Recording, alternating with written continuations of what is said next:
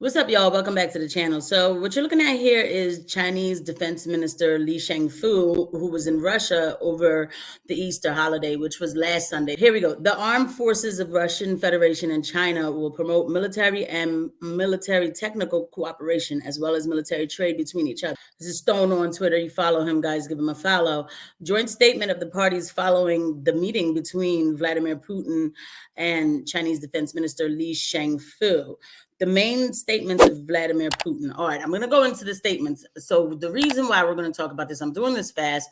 I came off my break at work, and I said, let me hurry up and get this together for y'all, because while we are paying attention to the culture war and everything, and it is important, but you know how I say, on this channel, we can multitask and talk about everything. And the fact is, things are they're not just getting hot between America and China. I mean, they're like smoking, about ready to boil, you know?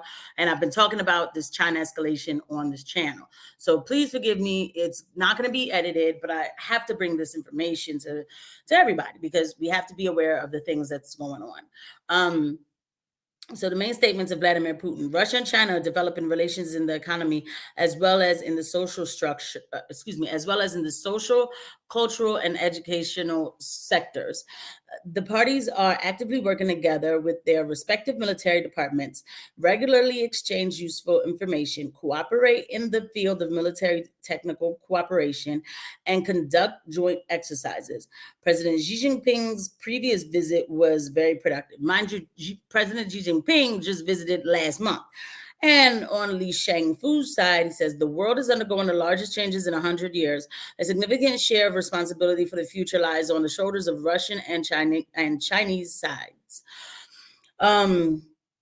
Relations between Russia and China surpass the military political alliance of the Cold War, as they are built on the principle of non-alignment and non-confrontation with the third party. It's no coincidence that Russia was chosen by Li Shangfu for his first visit.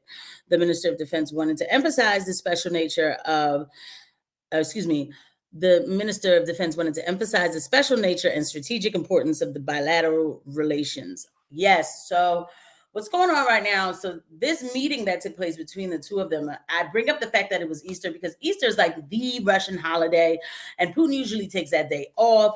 I'm being told by analysts, that's usually like his day. That's all their days. Like everything, like it shuts down for them. He stopped and he met with him on Easter. Tensions are rising with China and America, like I said before. And so you have, if I go back,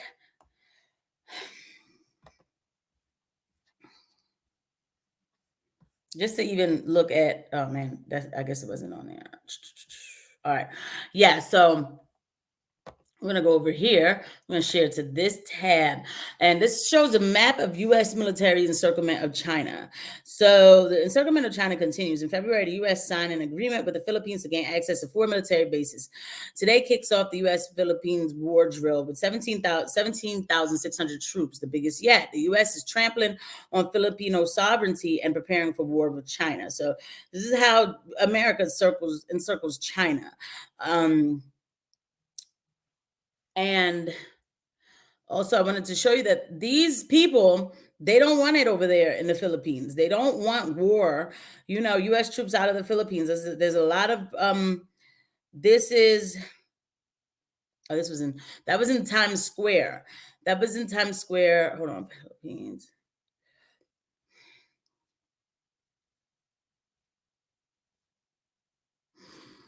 Yeah, and in Times Square, they were saying not to have war with China. Get out of the Philippines. And so that's the thing.